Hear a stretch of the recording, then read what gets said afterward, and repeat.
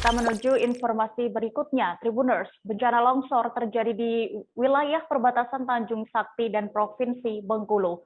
Insiden ini memakan korban jiwa, seorang warga Pulang Panggung, Kecamatan Tanjung Sakti, Kabupaten Lahat.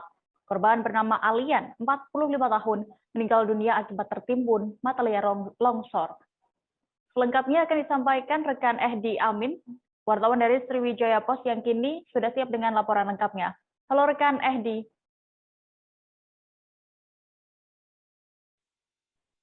Halo dia.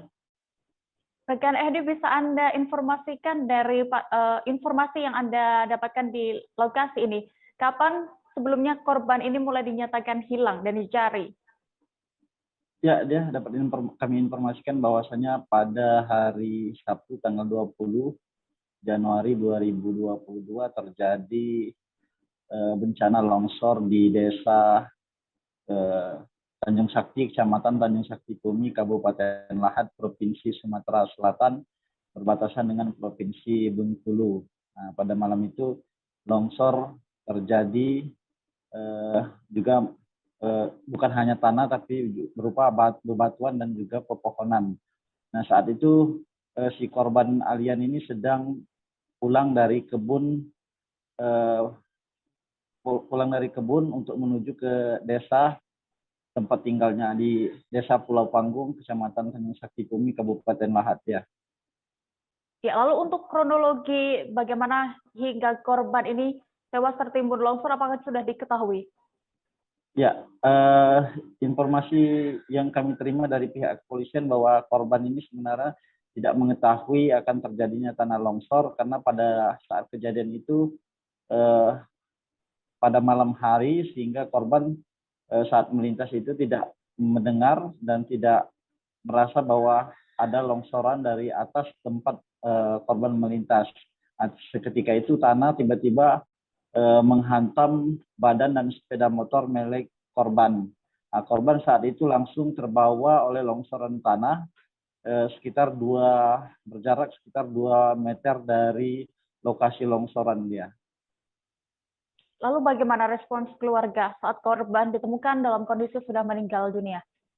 Ya, awalnya pihak keluarga tidak menyangka kalau korban ini menjadi korban tertimpa longsor. Nah, jadi pihak keluarga sejak awal pertama melaporkan kepada pihak kepolisian, dalam hal ini Polsek Tanjung Sakti, bahwa korban Alian ini sudah 2 hari tidak pulang ke rumah.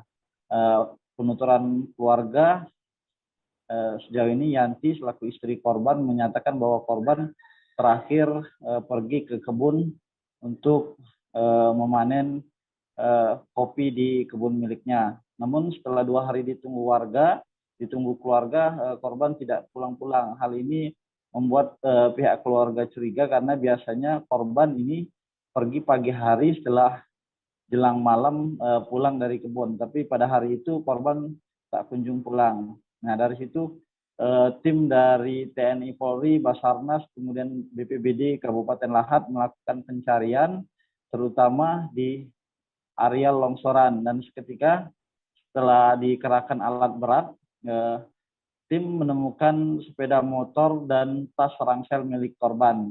Nah, sementara korban kala itu belum ditemukan karena memang berjarak sekitar berapa meter dengan motor korban. Lalu kemudian setelah dilakukan pembersihan terhadap longsoran-longsoran tersebut, baru ditemukan korban, dan korban sudah tertimbun selama 2 hari di dalam longsoran tersebut ya. Pihak keluarga tentu sangat sedih karena tidak menyangka bahwa korban akan begitu cepat untuk meninggalkan pihak keluarga, dan sejauh ini informasi yang kami terima, korban meninggalkan seorang istri dan 3 orang anak ya. Jangan lupa subscribe, share, komen, dan like ya.